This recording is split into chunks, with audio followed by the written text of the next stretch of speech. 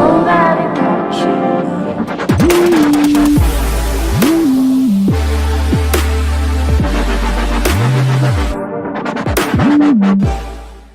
Alrighty, YouTube, we're back at it again for the deck profile for you today. Today we are joined by Thomas, and he will be showcasing his Bermuda Melody deck profile. Any words for you today? Deck's good. You have to wear a helmet. Alright. And that's about it. So we go with the best starter. I like this one just because the art matches the best with him. For the grade 3s, I'm playing 3 of the Sonata, just because she searches, and it's an axe skill, so even if you can't re-ride, if you're locked on it, with Zombaku it's still alright, you still build boards. That's pretty good, and it gives 5k to all your units with Melody. Playing 3 Karo. Soul Blasts 2 on ride to add a copy of herself, so she's really good. I'm playing her at 3, so that way I can't open 2 and then not be able to use her. And then she gives 5k and all your units with Melody boost. So her gives a 23 booster, which is broken. I'm playing 2 of her. She's my kill turn. If I can, I'll play her when my opponent's at like 4 or 5 damage. Soul Blast 3, and they have to drop 2 or more cards every time they attack, or every time I attack them to guard the attack. And she soul charges, so every time I call a unit with Melody, she soul charges, which is also really, really good. I'm playing 2 Serena, which when it attacks, if I have 4 or less cards, I draw a card on hit, and on placement I counterblast 3, and I can add 3 units with Melody from my drop zone to my hand, which means even if you just have 1, you're going to add the 1 because you fulfill as much as you can. And then for the last, we're playing 1 Fina. She's the one that gives intercept. You're usually going to just place her in the back row because you don't want her to leave. And then she becomes a big booster.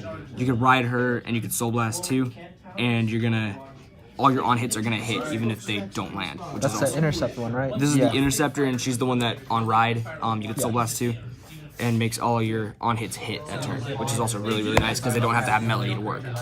Moving on to the grade 2s, we're playing 4 of the Chocolate Love Heart.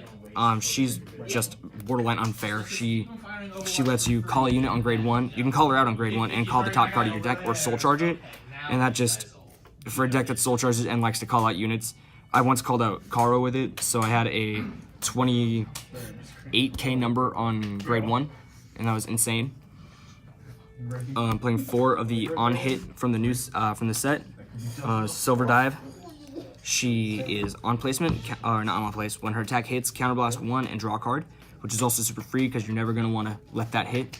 And then on your opponent's turn, this becomes a 15k body, so they can't hit it with a grade 3. They have to punch it with a boost, so that's fun.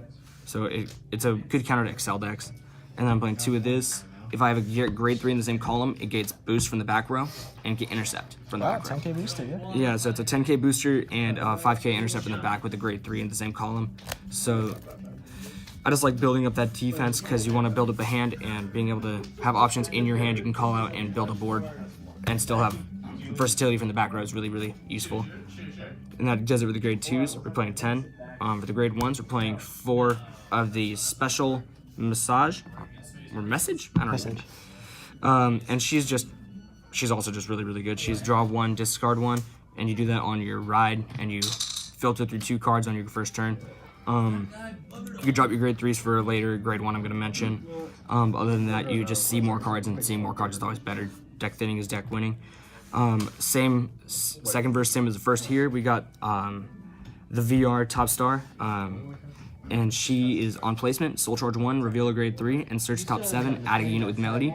Soul Blast. And other units in the same column as this cannot be hit.